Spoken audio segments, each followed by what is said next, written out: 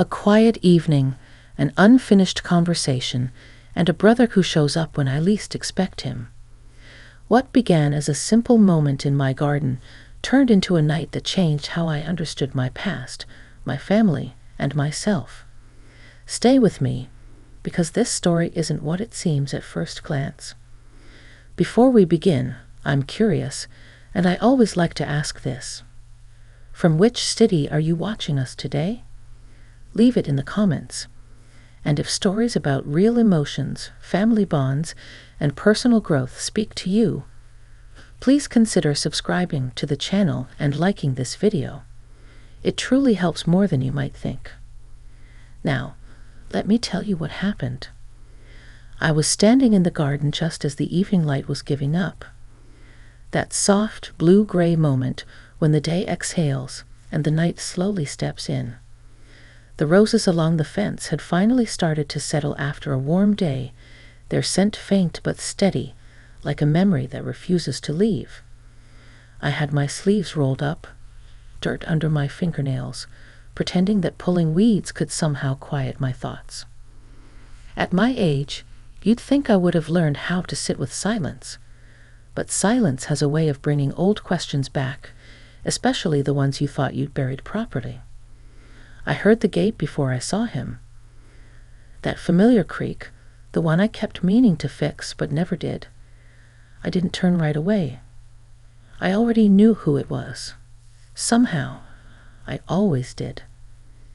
My brother cleared his throat, the way he's done since we were children, and he didn't know how to start a hard sentence. "You're out here late," he said. I smiled to myself, still facing the rosebush. "So are you." There was a pause. The kind that stretches, not because no one has anything to say, but because there's too much. He stepped closer, and I could feel his presence behind me, solid and familiar. Family has a weight to it. Not heavy in a bad way, just undeniable. "I've been trying to catch you all day," he said. "You keep disappearing." I finally turned around. The porch light caught his face, and for a moment I saw the boy he used to be layered over the man he'd become. The same eyes, the same crease between his brows when he was worried. It reminded me how time moves forward whether we're ready or not. "I needed air," I said, "and quiet." He nodded, but I could tell quiet wasn't what he came for. He looked around the garden, at the chairs I hadn't sat in for weeks, at the path we used to race down as kids. His hands were in his pockets, restless. "You didn't come back for the reunion," he said, not accusing, just stating a fact. I sighed and leaned against the table, brushing soil from my palms. "I know. People noticed. I figured they would." Another pause. A cricket started up somewhere near the fence, bold enough to break the stillness. My brother shifted his weight. "I need to understand," he said. "I'm not here to argue. I need answers." That word landed gently, but it landed all the same. Answers. As if I'd been holding a box he wasn't allowed to open until now. I studied his face, searching for signs of judgment or anger or impatience. I didn't find them. What I found instead was concern, the kind that doesn't demand, only waits. "I didn't stay away because of you," I said slowly. "Or anyone else, really." He raised an eyebrow, inviting me to continue. "I stayed away because I didn't know who I was anymore," I admitted. Saying it out loud surprised me with its honesty, and I didn't want to pretend. The garden felt smaller then, like the walls of memory were leaning in. I told him about the long nights, the questions that came after raising children and watching life shift. I told him how sometimes you wake up in your 40s or 50s and realize the map you've been following no longer makes sense. He listened, really listened. No interruptions, no fixing, just presence. "I thought you were mad at us," he said quietly. I shook my head. Never. I was trying to make peace with myself. He let out a breath I didn't realize he'd been holding. I wish you told me. I know, I said. I wish I had too. The porch light flickered on fully as the sky darkened, wrapping the garden in a warm glow. In that moment, standing there with my brother, I had understood something important. Sometimes the people who want answers aren't trying to reopen old wounds. Sometimes they're just trying to stand beside you in the dark. We didn't solve everything that night. Life doesn't work that way. But we took the first step, right there among the roses and quiet earth, toward understanding. And for the first time in a long while, I didn't feel alone with my thoughts. That evening was only the beginning. After my brother left that night, the garden felt different. Not emptier exactly, just quieter in a way that made me aware of my own breathing. I stayed outside longer than I meant to, sitting in one of the old wooden chairs, listening to the hum of the evening settle into something steady and calm. His questions lingered, but so did something else. Relief, maybe, or the sense that a door had been open after being stuck for years. The next morning, I woke earlier than usual. The light came through the kitchen window in thin stripes, dust floating in it like tiny planets. I made coffee and stood there holding the mug, not really drinking it, just letting the warmth soak into my hands. I kept replaying his face from the night before. The concern, the patience. It reminded me that family doesn't stop being family just because time and choices pull you in different directions. Around mid-morning, my phone rang. I knew it was him before I even looked. Funny how that works. "Morning," he said. His voice sounded careful, like he didn't want to break something fragile. "Morning," I replied. "You're up early." "So are you," he said, and I could hear the smile in his words. "I was thinking about last night." So was I. There was a pause, shorter this time, less heavy. "Would you mind if I came by again later?" he asked. I feel like we didn't finish talking.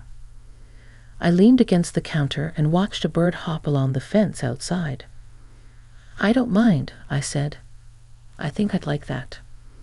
When he arrived that afternoon, the sun was high, and the garden looked like a completely different place.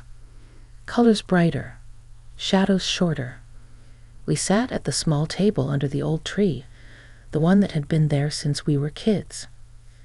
I brought out lemonade, the kind our mother used to make, tart enough to make you wince and laugh at the same time. He looked around again, more slowly this time.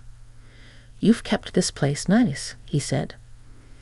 "I guess I needed something steady," I replied. "Something that grows even when I'm unsure."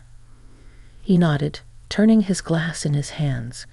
"You always were the one who noticed things like that." I smiled at the memory. "And you were always the one asking why." "That hasn't changed," he said, meeting my eyes. "So I hope you don't mind if I ask a little more." "I don't," I said, and I meant it. We talked about our childhood, about the expectations that shaped us without asking our permission, about the roles we slipped into because they felt easier than explaining ourselves. I told him how for years I had done what was expected, what was sensible, what kept everything running smoothly, and how somewhere along the way I'd forgotten to check in with myself. He listened with that same steady attention. Occasionally, he'd nod or let out a small sound of understanding, but mostly he let me speak. That alone felt like a gift. "I didn't know you felt that alone," he said finally. "I didn't either," I admitted. Not until I slowed down enough to feel it. He leaned back in his chair, looking up through the leaves. "You know," he said, "I always thought you had everything figured out." I laughed softly. "That's the illusion, isn't it? We all think someone else has the answers." He looked back at me then, serious but kind. "I'm glad you're finding yours." The afternoon drifted by without either of us noticing the time. The conversation moved easily, touching on regrets, but not getting stuck there. We talked about where we were now, not just where we'd been.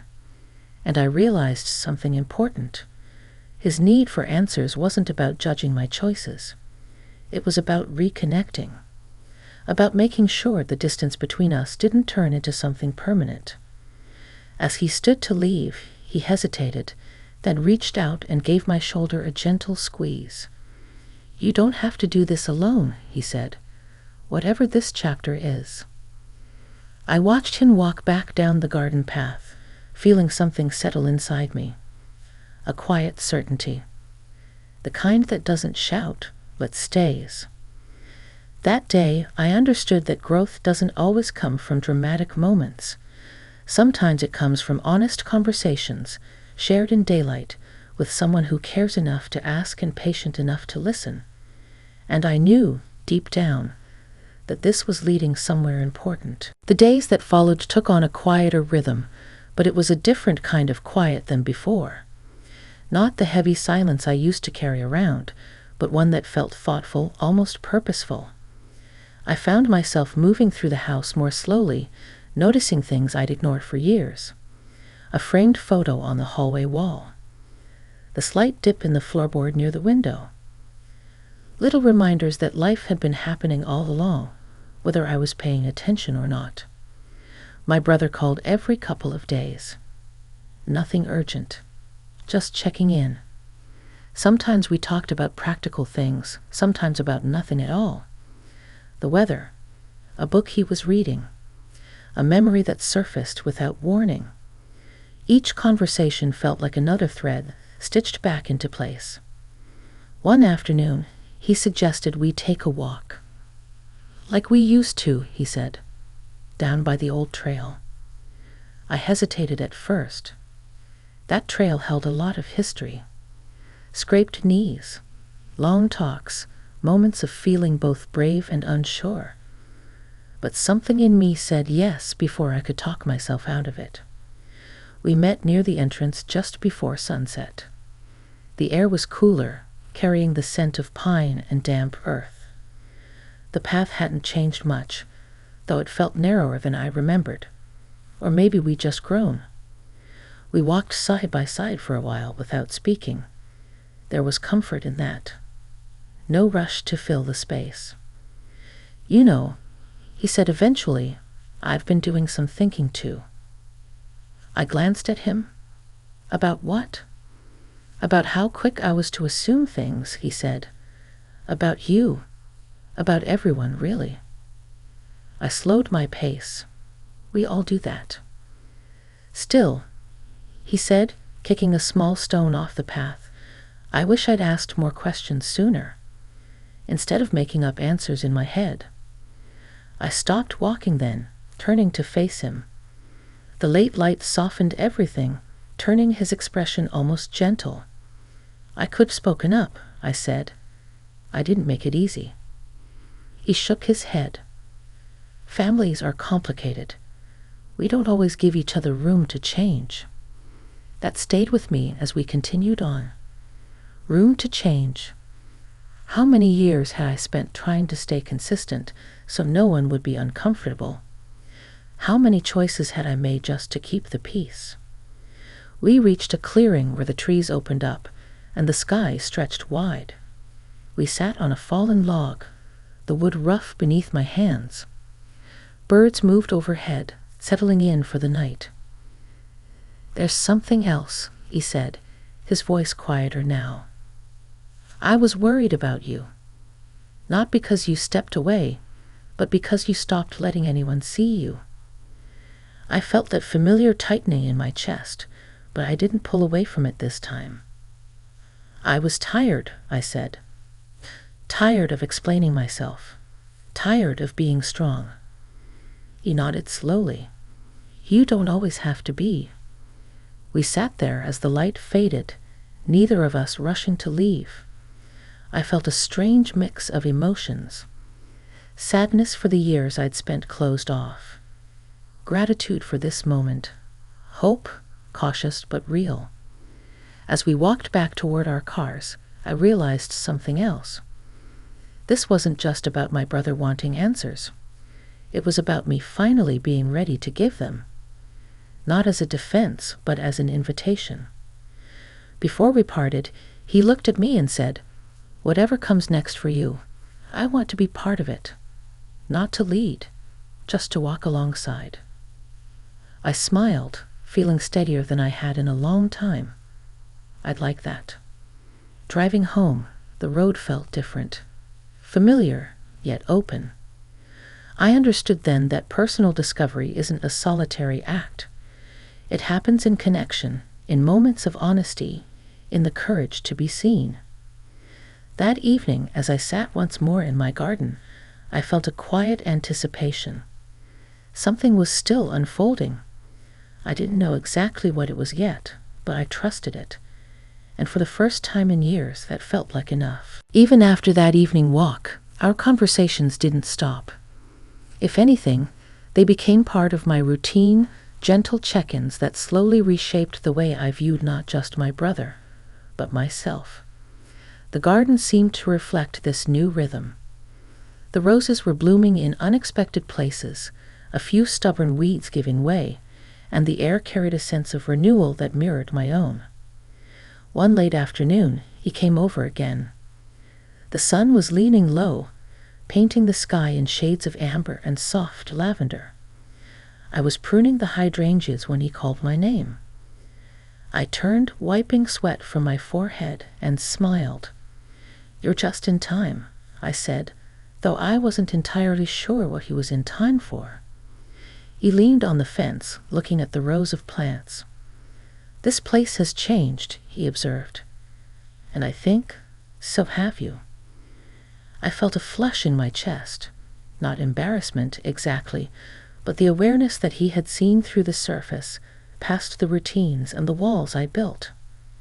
"Maybe a little," I admitted. He nodded, stepping closer. "I was thinking about how much we've both carried over the years," he said softly, "and how little we gave each other space to just be honest." "I know," I said. I didn't realize how much I needed to be honest with myself first. We wandered through the garden together, talking less, letting the soft rustle of leaves and the distant hum of cicadas fill the gaps. There was a comfort in silence now, a shared understanding that didn't need words to exist. I noticed how he studied the small things, the way the sunlight caught a spiderweb, the curve of a tomato vine, and realized he was learning from me, just as I had been learning from him. When we reached the small bench by the fountain, he sat down and gestured for me to join him. I did, settling into the familiar yet somehow new space. "Do you ever think about what comes next?" he asked, staring at the water's gentle ripple. "All the time," I replied. "But I used to be afraid of it, afraid that the next step would feel too big, too uncertain." He turned to me, his expression open and patient. "Maybe it doesn't have to be that way," he said. "Maybe the next step is just noticing where we are and appreciating that we're here together." I smiled, feeling a warmth spread through me that wasn't just from the sun.